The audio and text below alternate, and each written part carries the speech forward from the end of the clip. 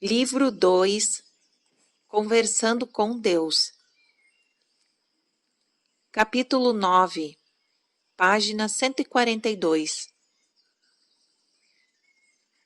Continuação da narrativa. Agora, o autor falando.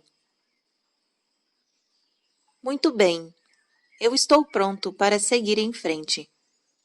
O Senhor prometeu falar sobre alguns dos aspectos mais amplos da vida na Terra, e desde os seus comentários sobre a vida nos Estados Unidos, eu tenho desejado conversar mais sobre isso. Deus. Ótimo! Quero que o livro 2 trate de alguns dos maiores problemas enfrentados pelo seu planeta. E não há um problema maior do que a educação de seus filhos. O autor. Nós não estamos nos saindo bem, não é? Posso dizer pelo modo como o Senhor tocou no assunto. Deus. Bem, é claro que tudo é relativo. Em relação ao que vocês dizem que estão tentando fazer, não.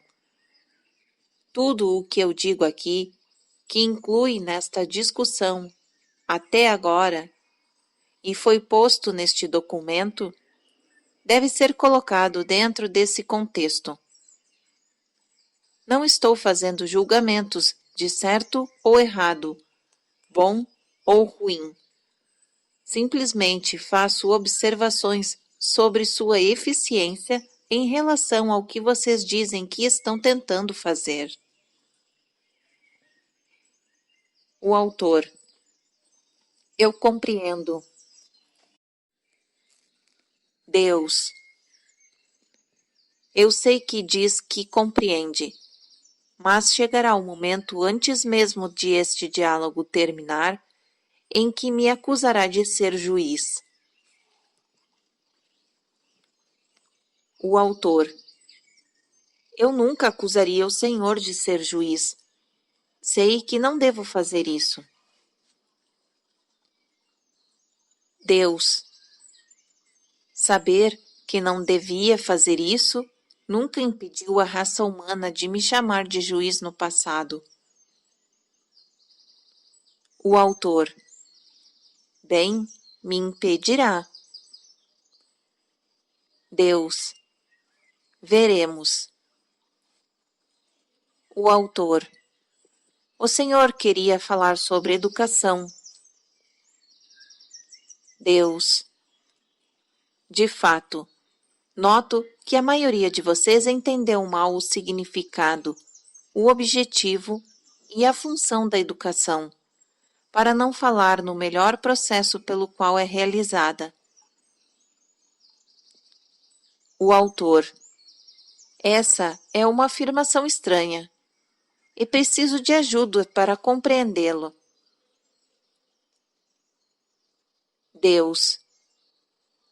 A maior parte da raça humana decidiu que o significado, o objetivo e a função da educação é fornecer conhecimento em geral, o conhecimento acumulado da família, do clã, da tribo, da sociedade, da nação e do mundo da pessoa.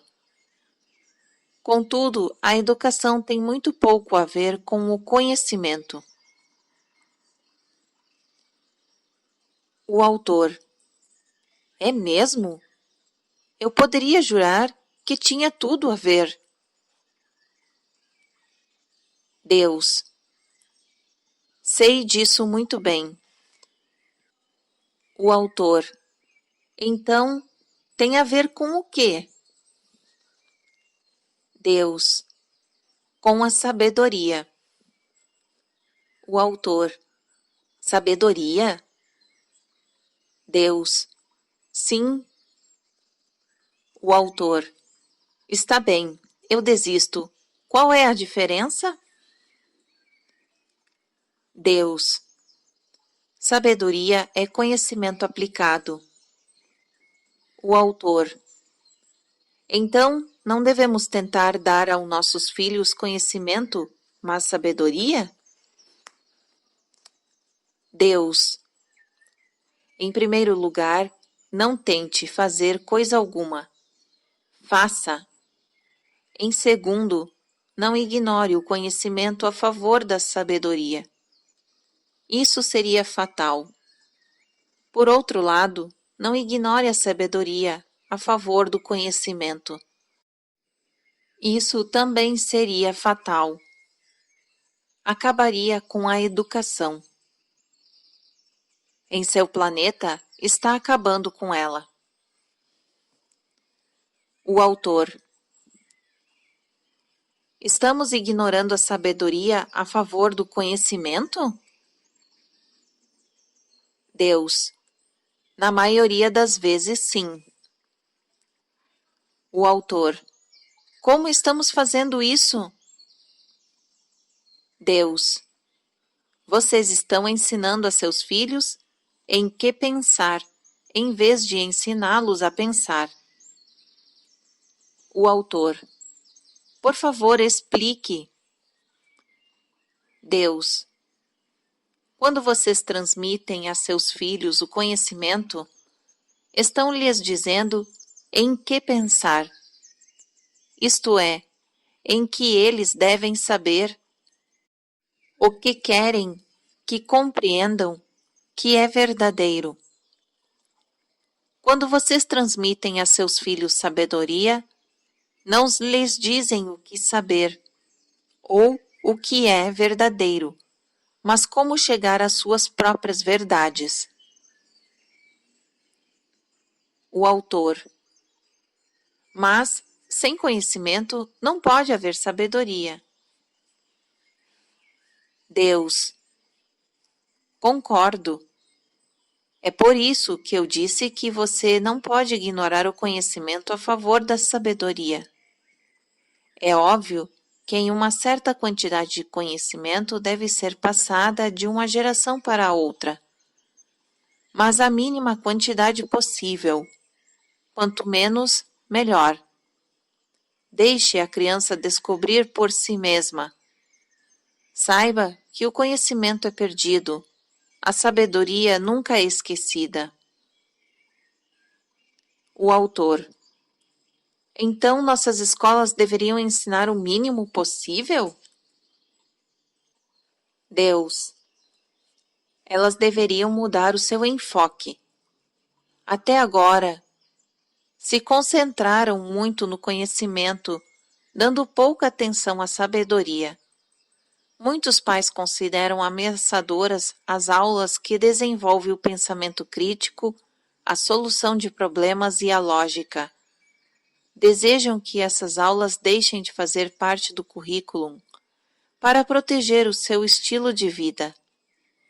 Porque as crianças que podem desenvolver os seus próprios processos e pensamentos críticos tendem a abandonar os princípios morais, os padrões e todo o estilo de vida dos pais. Para proteger o seu estilo de vida, vocês criaram um sistema educacional baseado no desenvolvimento da memória, não das habilidades da criança. Elas aprendem a se lembrar dos fatos e histórias inventadas, as histórias que todas as sociedades inventaram sobre si mesmas, em vez de desenvolver as habilidades para descobrir e criar suas próprias verdades. Os programas que fazem crianças desenvolverem as habilidades em vez de a memória são bastante ridicularizados por aqueles que imaginam que sabem o que uma criança precisa aprender. Contudo, o que vocês têm ensinado a seus filhos levou o seu mundo à direção da ignorância, não para longe dela. O autor. Nossas escolas não ensinam histórias inventadas, ensinam fatos. Deus. Agora você está mentindo para si mesmo, como vocês mentem para seus filhos. O autor. Nós mentimos para nossos filhos? Deus: é claro que sim. Pegue qualquer livro de história e veja. Suas histórias são escritas por pessoas que querem que seus filhos vejam o mundo de um determinado ponto de vista. Qualquer tentativa de expandir os relatos históricos com uma visão mais ampla dos fatos é ridicularizada e chamada de revisionistas. Vocês não dizem a verdade sobre seu passado para seus filhos, para que eles não os vejam como realmente são.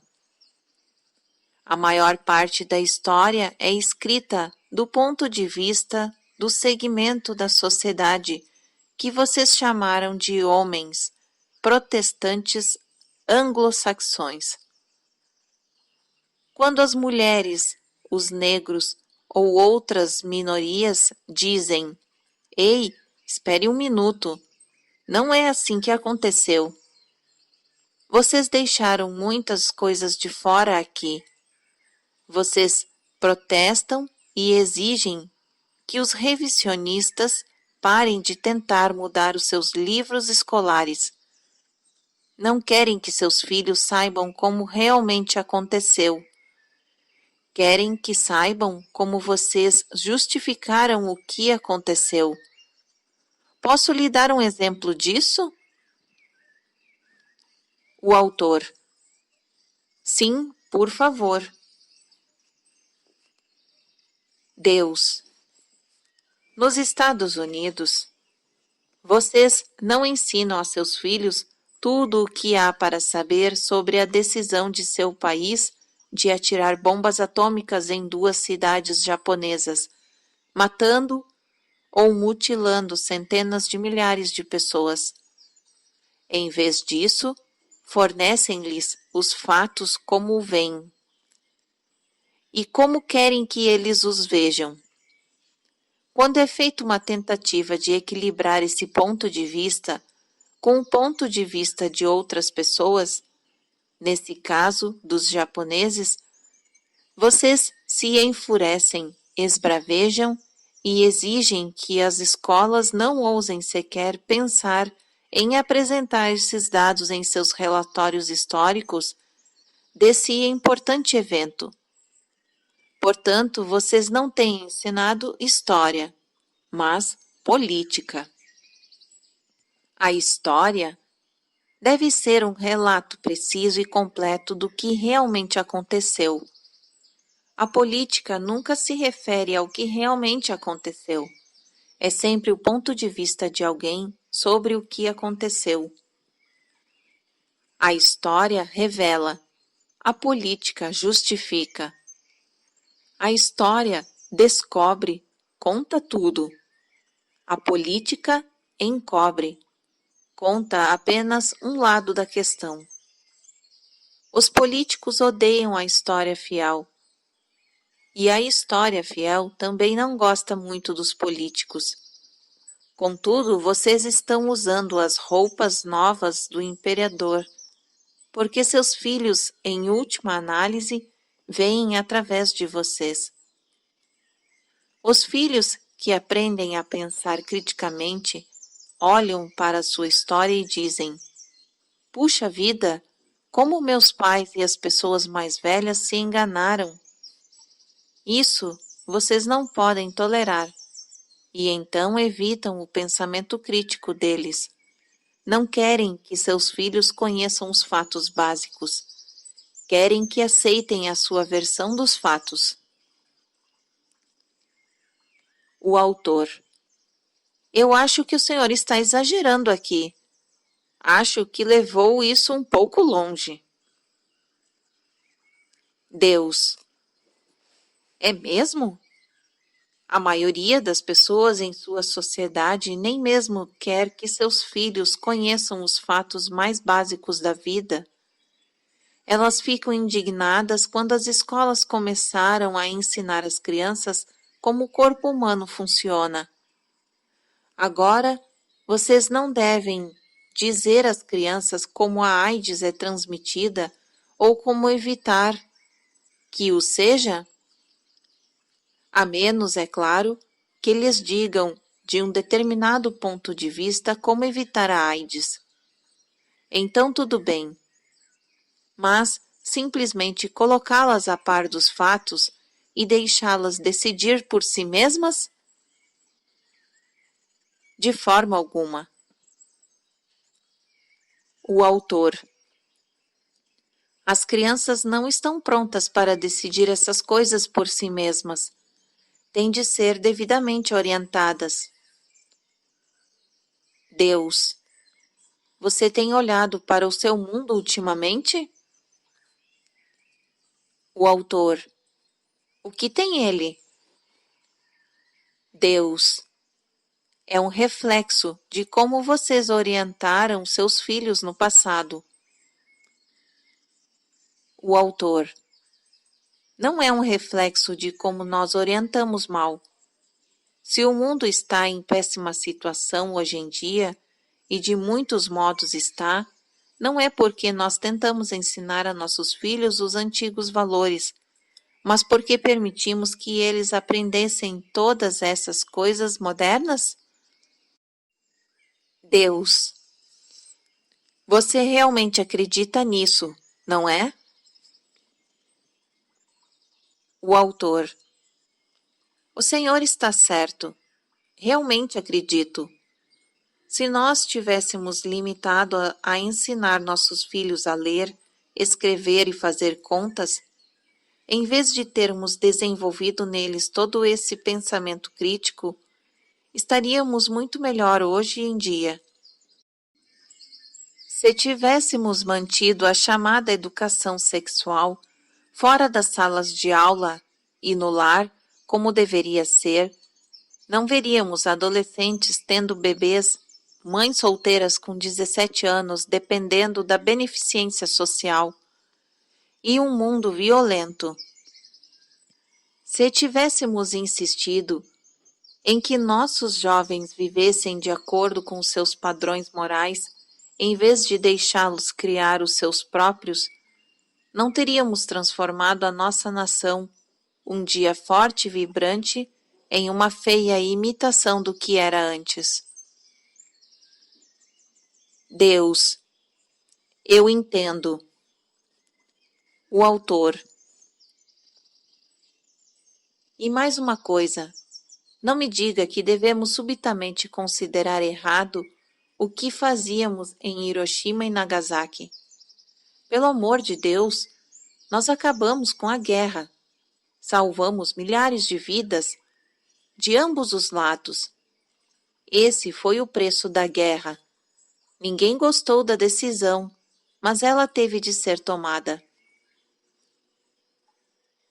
Deus. Eu entendo. O autor. Sim, entende. O Senhor é como todos aqueles comunistas El Pinco.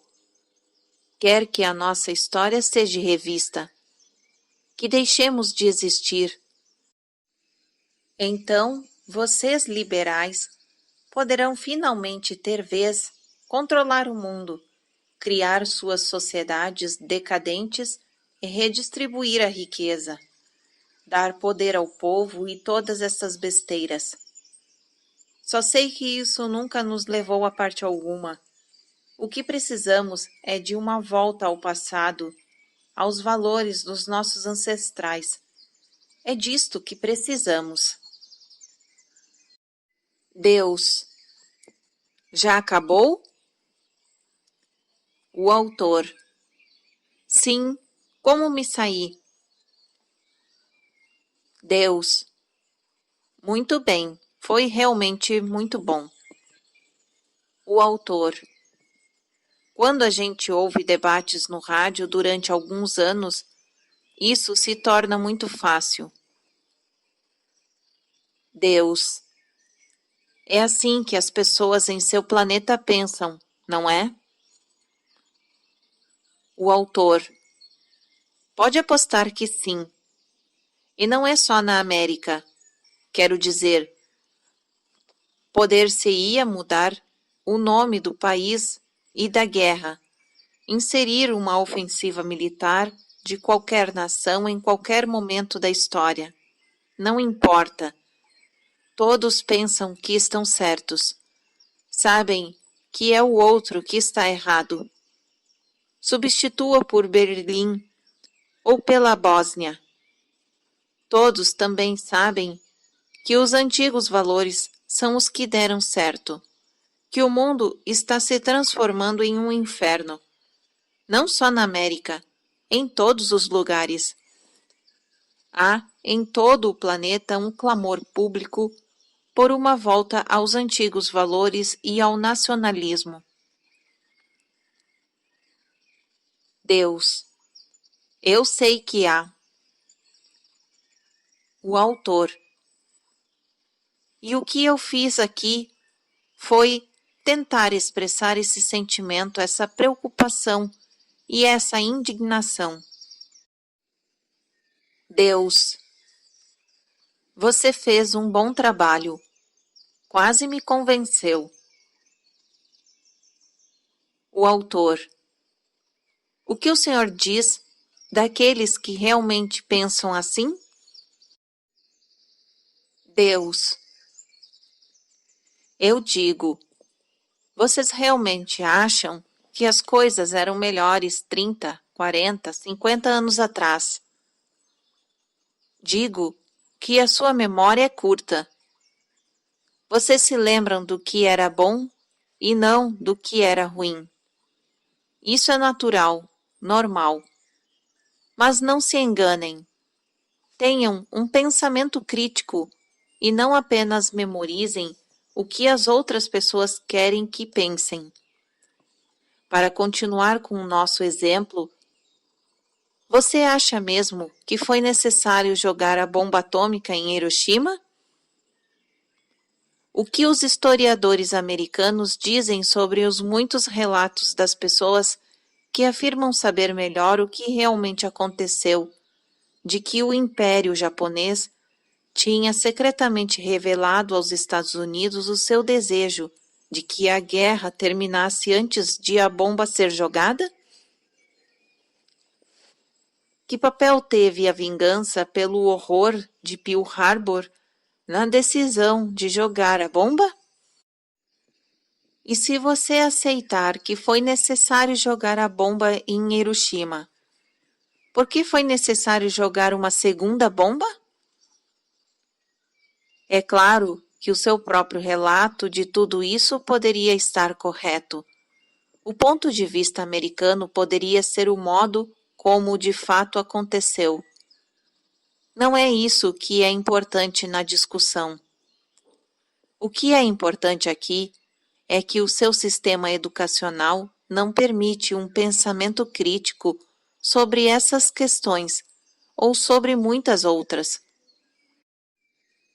Você pode imaginar o que aconteceria com um professor de estudos sociais ou de história em Iowa que fizesse a uma classe as perguntas mencionadas, convidando e encorajando os alunos a examinar e a explorar em profundidade os temas e chegar às suas próprias conclusões?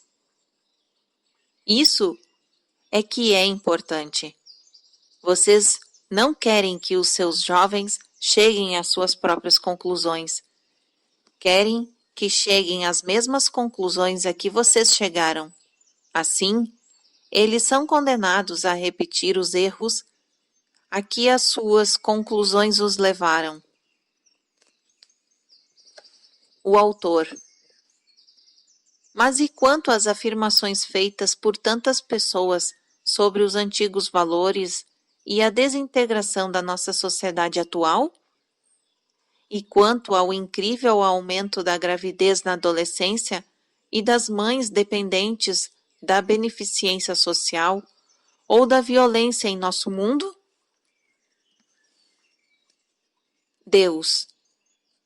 Seu mundo se tornou violento, eu concordo com isso. Mas não se tornou violento devido ao que vocês permitiam que suas escolas ensinassem a seus filhos, mas ao que não lhes permitiram ensinar. Vocês não lhes permitiram ensinar que o amor é tudo o que existe. Não lhes permitiram falar sobre um amor que é incondicional. O autor. Que droga! Nós nem mesmo permitimos às nossas religiões falar sobre isso. Deus. É verdade.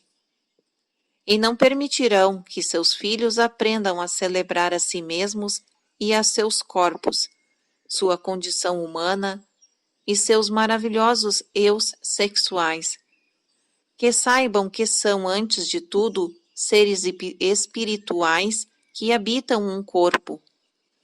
Tampouco tratam seus filhos como espíritos encarnados. Nas sociedades em que a sexualidade é discutida livremente e explicada e experimentada com alegria, praticamente não há crimes sexuais. Apenas um pequeno número de nascimentos que ocorrem sem ser esperados e não são ilegítimos ou indesejados.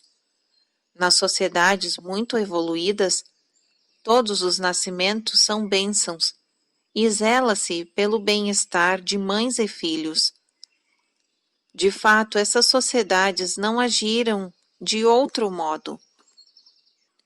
Nas sociedades em que a história não serve aos interesses dos mais fortes e poderosos, os erros do passado são abertamente reconhecidos e nunca repetidos.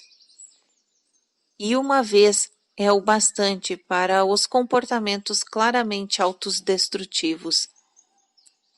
Nas sociedades em que são ensinados o pensamento crítico, a solução de problemas e as habilidades necessárias para viver, em vez de fatos simplesmente memorizados, até mesmo os assim chamados atos justificáveis ao passado não amplamente examinados, nada é aceito de imediato. Como isso funcionaria? Vamos usar o nosso exemplo da Segunda Guerra Mundial. Como um sistema escolar ensinando as habilidades necessárias para viver, em vez de meramente os fatos, trataria o episódio histórico de Hiroshima? Seus professores descreveriam para suas classes exatamente o que aconteceu lá. Incluiriam todos os fatos, todos, que levaram a esse episódio. Tentariam expor as opiniões dos historiadores americanos e japoneses, dando-se conta de que há mais do que um ponto de vista a respeito de tudo. Eles não pediriam para a classe memorizar os fatos, mas as desafiariam. Diriam: agora vocês já sabem de tudo sobre Hiroshima, o que ocorreu antes e depois. Nós lhe fornecemos o máximo de conhecimento que podemos obter a respeito desse episódio. Qual é a sabedoria que esse conhecimento lhes traz? Se vocês tivessem sido escolhidos para solucionar os problemas que estavam sendo enfrentados naqueles dias e que foram solucionados com a bomba, como iriam solucioná-los? Podem pensar em um modo melhor? O autor. Ah, é claro. Isso é fácil. Qualquer um pode encontrar respostas assim, com o benefício da percepção tardia da natureza de um fato. Qualquer um pode olhar para o passado e dizer: eu teria agido de modo diferente. Deus. Então, por que vocês não agiram? Por que não olharam para o passado, aprenderam com ele e agiram de um modo diferente? Eu lhe direi por quê.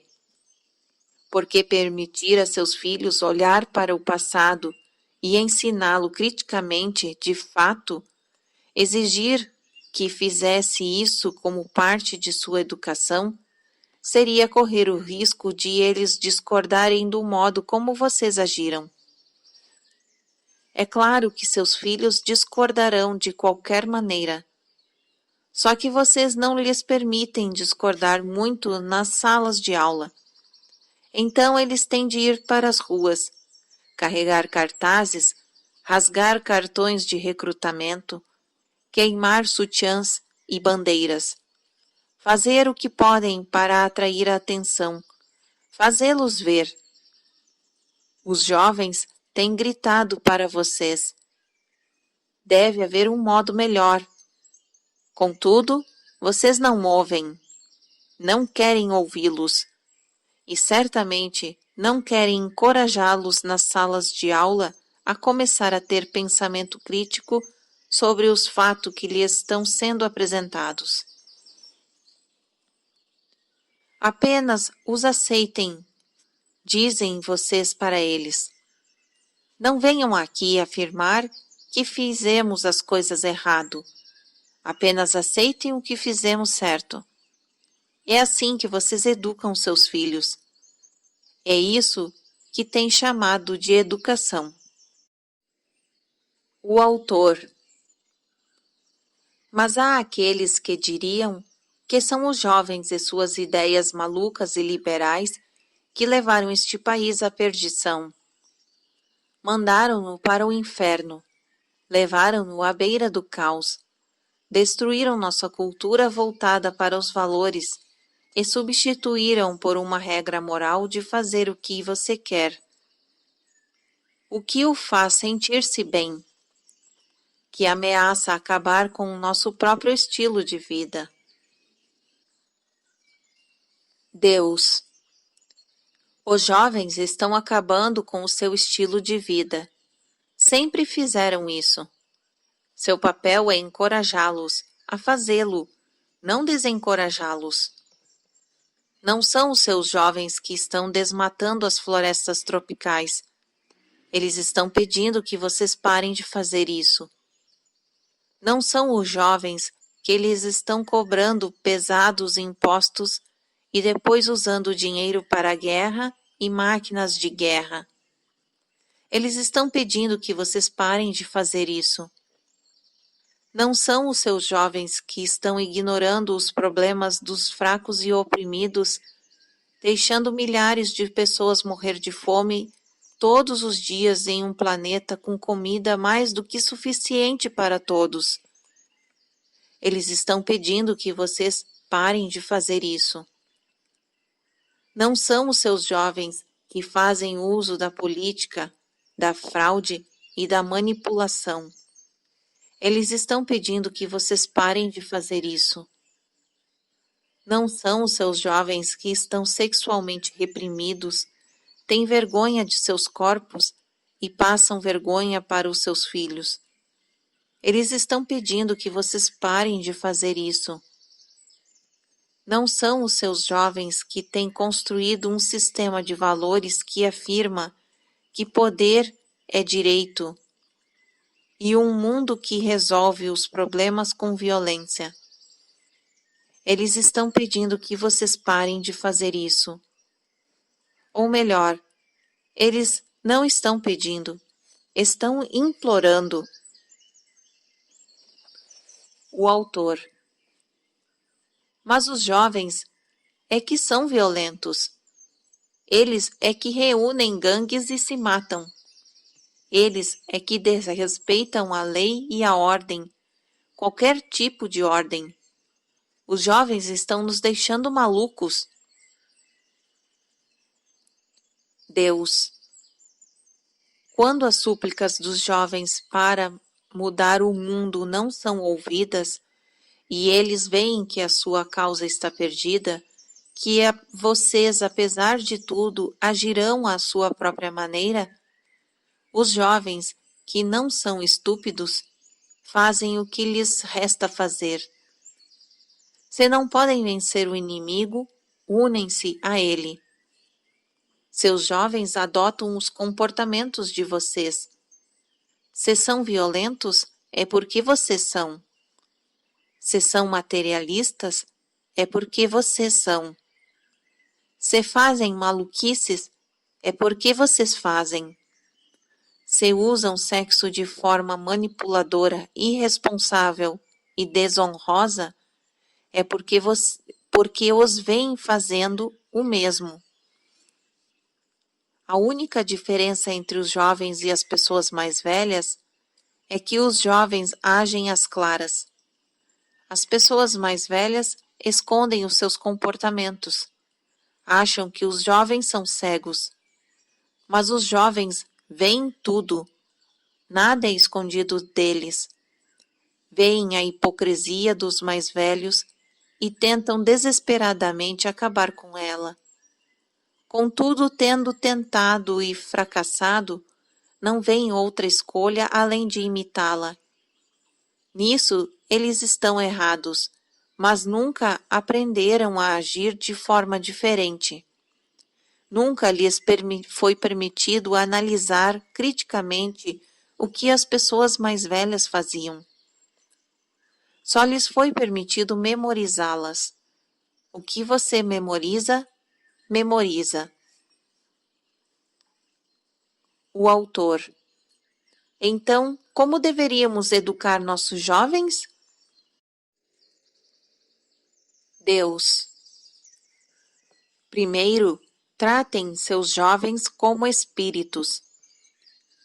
Eles são espíritos encarnados. Não é fácil para um espírito encarnar ou se acostumar com o fato de que está encarnado. Isso é muito limitador. Então a criança chora porque está sendo subitamente muito limitada.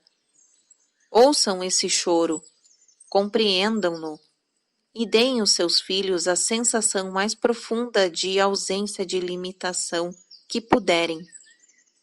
Depois, apresentem os seus filhos ao mundo que vocês criaram com gentileza e cuidado.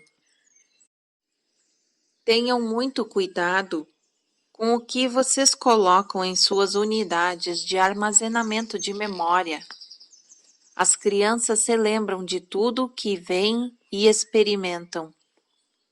Por que vocês batem em seus filhos no momento em que eles saem do útero? Realmente acham que esse é o único modo de fazer os seus mecanismos funcionarem? Por que levam seus bebês para longe de suas mães minutos depois de eles terem sido separados da única forma de vida que conhecem? Todos os processos de meditação, pesagem e estimulação não podem esperar um pouco enquanto o recém-nascido experimenta a segurança e o conforto de quem lhe deu a vida? Por que vocês permitem que algumas das primeiras imagens a que seus filhos são expostos sejam de violência? Quem lhes disse que isso era bom para eles? E por que vocês escondem as imagens de amor?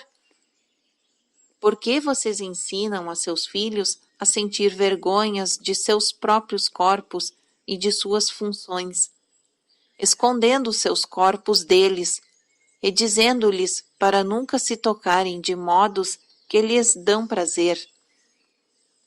Que mensagens vocês lhe enviam sobre o prazer? E que lições ensinam sobre o corpo? Por que vocês colocam seus filhos em escolas em que a competição é permitida e encorajada? Ser o melhor e aprender mais é recompensado. O desempenho recebe notas e mover-se seguindo o próprio ritmo dificilmente é tolerado. O que os seus filhos aprendem com isso? Por que vocês não ensinam a seus filhos o movimento, a música e a alegria da arte, o mistério dos contos de fadas e as maravilhas da vida? por que não trazem à tona o que já existe naturalmente nas crianças, em vez de tentar incutir-lhe o que é antinatural para elas? E por que vocês não permitem a seus jovens aprender o pensamento lógico e crítico, as soluções de problemas e a criação, usando as ferramentas de sua própria intuição e seu conhecimento interior mais profundo, em vez das regras dos sistemas memorizados e das conclusões de uma sociedade que já provou ser totalmente incapaz de evoluir usando esses métodos, mas continuam a usá-los? Finalmente, ensine conceitos, não matérias. Criem um novo currículo baseado em 3 conceitos essenciais: consciência, honestidade e responsabilidade. Ensine a seus filhos esses conceitos desde o início de suas vidas. Deixe que façam parte do currículo até o último dia. Baseie todo o seu modelo educacional neles. Façam com que todo o ensino seja feito a partir deles. O autor. Eu não compreendo o que isso quer dizer. Deus. Quer dizer que tudo o que vocês ensinam deveria ter a sua origem neles. O autor. O Senhor pode explicar isso? Como ensinaríamos a ler, escrever e fazer contas? Deus. Desde as primeiras cartilhas até os seus livros mais sofisticados, todos os contos e todas as histórias e temas girariam em torno dos conceitos essenciais. Isso é, seriam histórias de consciência, honestidade e responsabilidade. Os conceitos seriam apresentados a seus filhos e incutidos neles. De igual modo, as tarefas de escrita girariam em torno desses conceitos essenciais e de outros que derivam deles, à medida que as crianças fossem desenvolvendo a capacidade de expressar-se. Até mesmo a computação deveria ser ensinada dentro dessa estrutura. A aritmética e a matemática não são abstrações, mas as ferramentas mais básicas do universo para ganhar a vida. O ensino da computação deveria ser colocado no contexto da experiência de vida, mais ampla, de um modo que chamasse atenção para os conceitos essenciais e seus derivados. O autor. O que são esses derivados? Deus. Para usar uma palavra comum, são ramificações. Todo o modelo educacional pode ser baseado nelas, substituindo as matérias de seu currículo atual, que ensinam principalmente fatos. O autor. Como? Por exemplo, Deus. Bem, vamos usar a nossa imaginação. Quais são alguns dos conceitos que são importantes para você em sua vida? O autor. Bem, a honestidade, como o Senhor disse. Deus. Sim, continue. Esse é um conceito essencial. O autor. E a justiça. Esse é um conceito importante para mim. Deus. Ótimo. Algum outro? O autor. Tratar as pessoas bem. Esse é um deles. Não sei como incluí-lo em um conceito. Deus.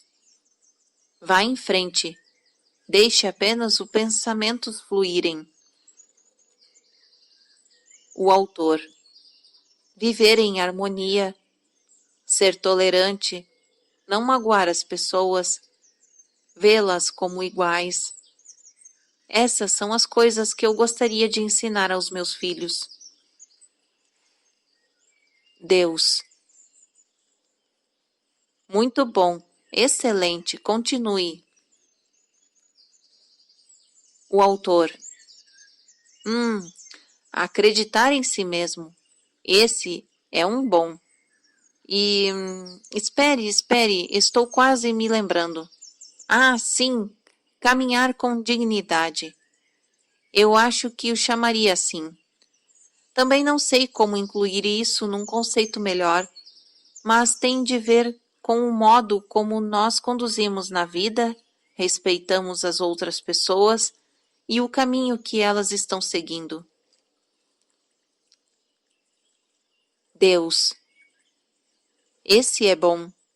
Todos são bons. Você está chegando lá. E há muitos outros conselhos como esses que todas as crianças devem compreender profundamente para evoluírem e se tornarem seres humanos completos.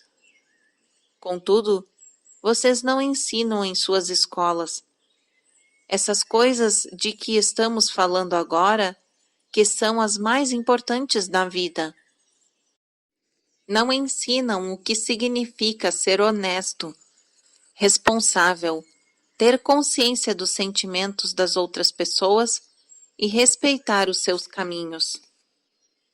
Vocês dizem que cabe aos pais ensinar essas coisas, mas os pais só podem ensinar o que aprenderam. E seus erros causam sofrimento aos filhos. Portanto, vocês estão ensinando em seus lares a mesma coisa que seus pais lhe ensinaram. O autor.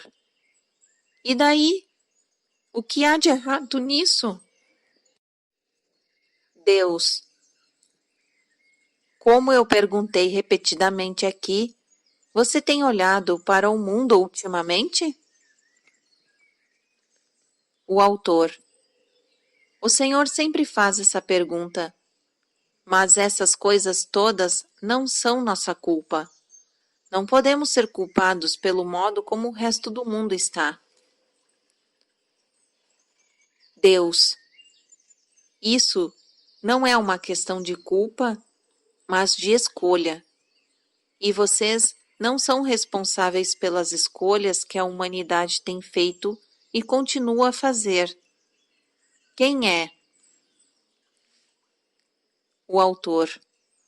Bem, não podemos nos responsabilizar por todas elas. Deus. Eu lhe digo que enquanto vocês não estiverem dispostos a se responsabilizar por todas elas, não poderão mudar coisa alguma. Não podem continuar dizendo que eles fizeram e estão fazendo isso, lamentando que não seja a coisa certa. Lembrem-se da maravilhosa fala do personagem das histórias em quadrinhos de Alt Kelly, Pogo, e nunca se esqueçam dela. Nós encontramos o inimigo, nós mesmos. O autor. Cometemos os mesmos erros há séculos, não é? Deus. Milênios, meu filho. Vocês os cometem há milênios. A humanidade não evoluiu em seus instintos mais básicos, muito além do que era do homem das cavernas.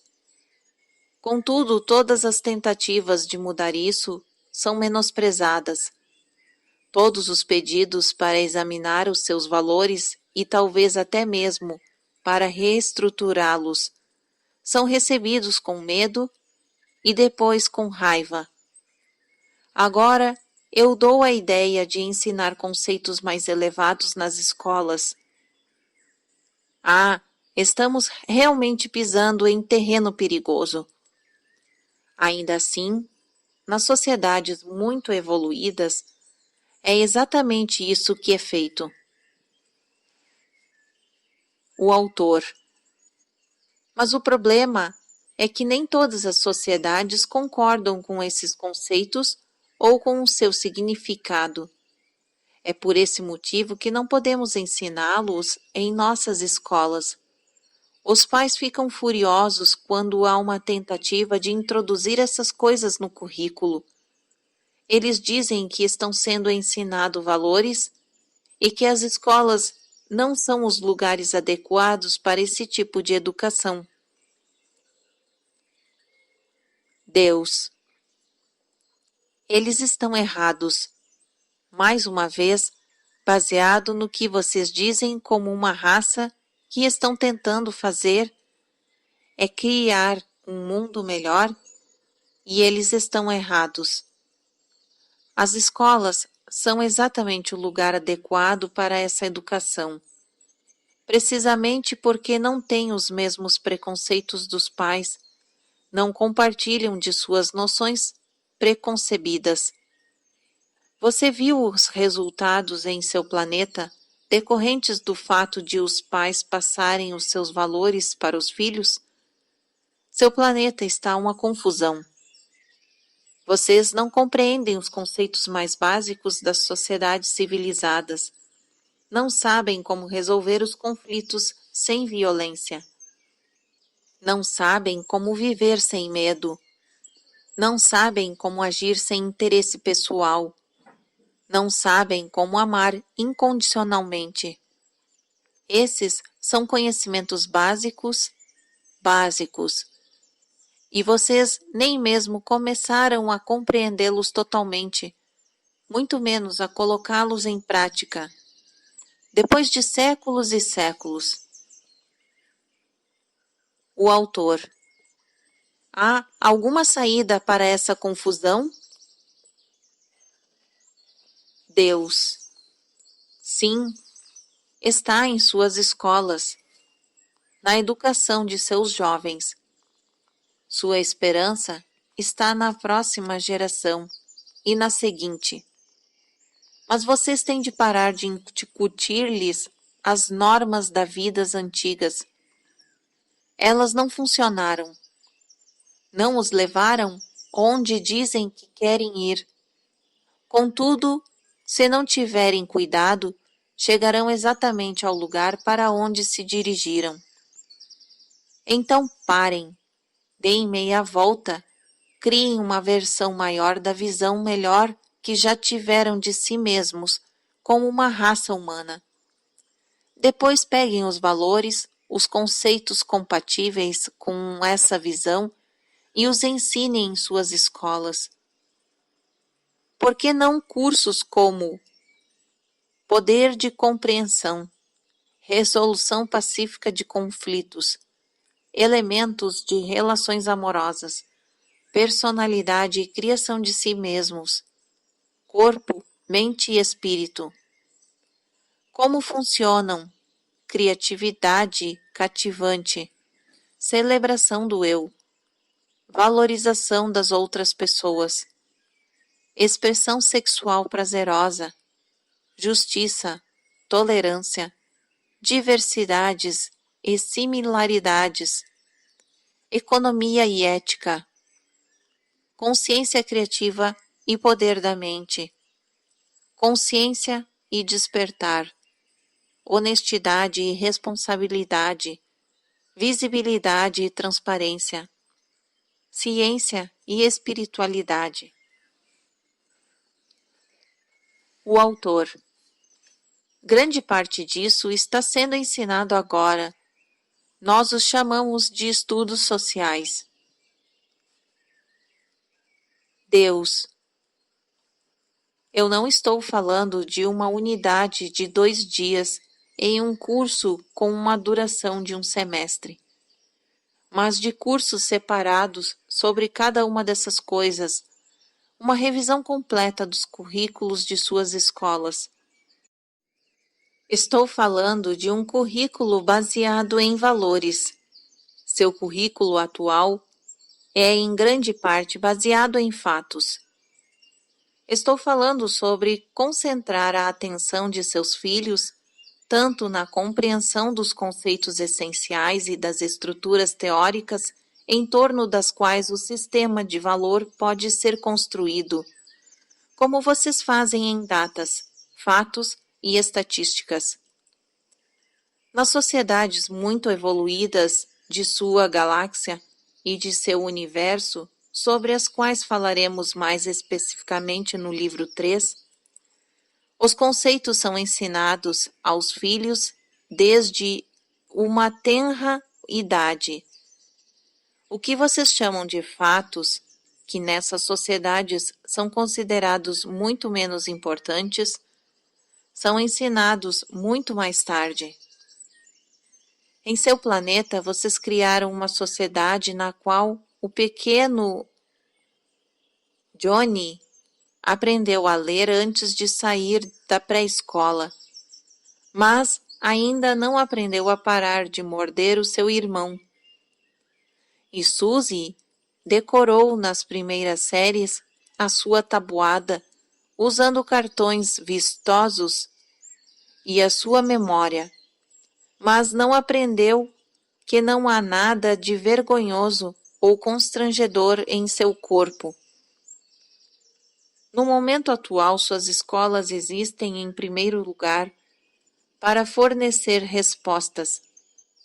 Seria muito melhor se a sua função principal fosse fazer perguntas. O que significa ser honesto, responsável ou justo? Quais são as implicações? O que significa 2 mais 2 igual a 4?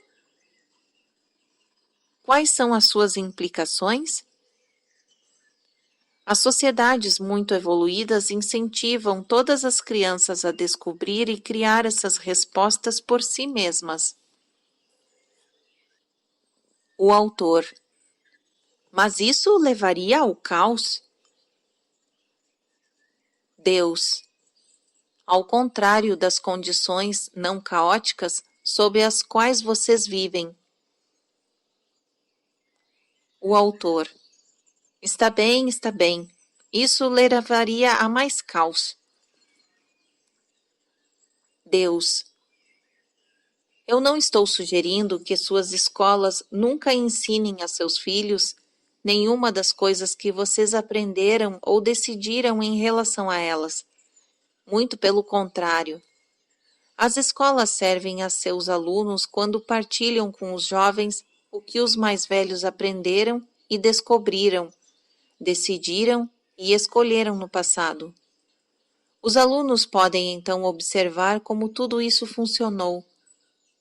Contudo, em suas escolas, vocês apresentam esses dados para os alunos como o que é certo, quando os dados, na verdade, deveriam ser oferecidos como simplesmente isso, dados. Os dados passados não deveriam ser a base da verdade atual. Os dados de um tempo ou experiência anterior deveriam ser apenas a base para novas perguntas. O valor deveria estar sempre na pergunta, não na resposta. E as perguntas são sempre as mesmas, com relação a esses dados passados que nós lhe mostramos. Vocês concordam ou discordam? O que pensam? Essa é a pergunta principal. Esse é o enfoque. O que pensam? O que vocês pensam? O que vocês pensam? Obviamente, as crianças levarão para essa pergunta os valores de seus pais.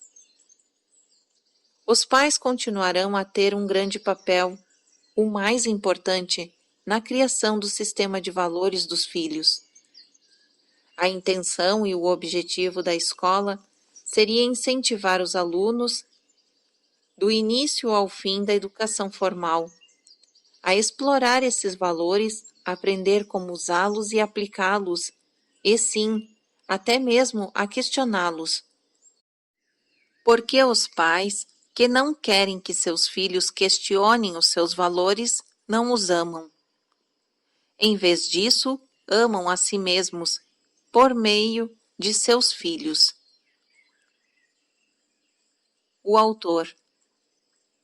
Eu queria, como eu queria, que houvesse escolas como as que o Senhor descreveu. Deus. Há algumas que tentam se aproximar desse modelo. O autor. Deus. Sim. Leia os escritos de um homem chamado Rudolf Steiner. Explore os métodos da escola Waldorf que ele desenvolveu. O autor. Bem, é claro que eu conheço essa escola. Isso é um comercial. Deus. É uma observação. O autor. Porque o Senhor sabia que eu conhecia essa escola. Sabia disso. Deus. É claro que sim. Tudo em sua vida lhe serviu. Trouxe-o até esse momento. Eu não comecei a conversar com você apenas no início deste livro. Converso com você há anos, por meio de todas as suas associações e experiências. O autor. O senhor está dizendo que a escola Waldorf é a melhor? Deus. Não. Estou dizendo que é um modelo que dá certo de acordo com o lugar em que vocês dizem como raça humana que desejam chegar, fazer e ser. Estou dando um exemplo de vários que poderia dar, embora em seu planeta e em sua sociedade eles sejam raros, como a educação pode ser desenvolvida de um modo que se concentra mais na sabedoria do que apenas no conhecimento. Bem, esse é um modelo que eu aprovo. Há muitas diferenças entre uma escola Waldorf e outras escolas. Deixe-me dar-lhe um exemplo. É um exemplo simples, mas ilustra muito bem esse ponto. Na escola Waldorf, o professor acompanha os alunos em todos os níveis do aprendizado primário e do elementar. Durante todos esses anos, os alunos têm o mesmo professor, em vez de passar de uma para outro. O senhor pode imaginar o laço que se forma aqui? Pode ver o seu valor? O professor passa a conhecer o aluno como se fosse seu filho. O aluno passa a ter um nível de confiança no professor e amor a ele, que abre portas que muitas escolas tradicionais nunca sonharam que existiam. No final desses anos, o professor volta para a primeira série e começa a acompanhar outro grupo de alunos ao longo dos anos. Um professor Waldorf dedicado acabará trabalhando com apenas 4 ou 5 grupos de alunos em toda a sua carreira. Mas significará bem mais para eles do que seria possível em uma escola tradicional. Esse modelo educacional reconhece e afirma que o relacionamento humano e o laço e o amor partilhados nesse modelo são tão importantes quanto quaisquer fatos que o professor possa apresentar aos alunos. É como uma educação informal, fora do lar. O autor. Sim, esse é um bom modelo. Há outros bons modelos? Deus. Sim, vocês têm feito alguns progressos em seu planeta no que diz respeito à educação, mas eles são um pouco lentos. Até mesmo a tentativa de desenvolver um currículo voltado para objetivos e para o desenvolvimento de habilidades nas escolas públicas encontrou grande resistência. As pessoas consideram isso ameaçador ou ineficaz. Querem que seus filhos aprendam fatos. Ainda assim, estão surgindo alguns avanços nesse sentido, mas ainda há muito por fazer. E essa é apenas uma área da experiência humana que poderia lucrar com uma revisão geral, dado o que vocês dizem como seres humanos que estão tentando ser. O autor. Sim, eu imagino que a arena política também poderia lucrar com algumas mudanças. Deus. Sem dúvida.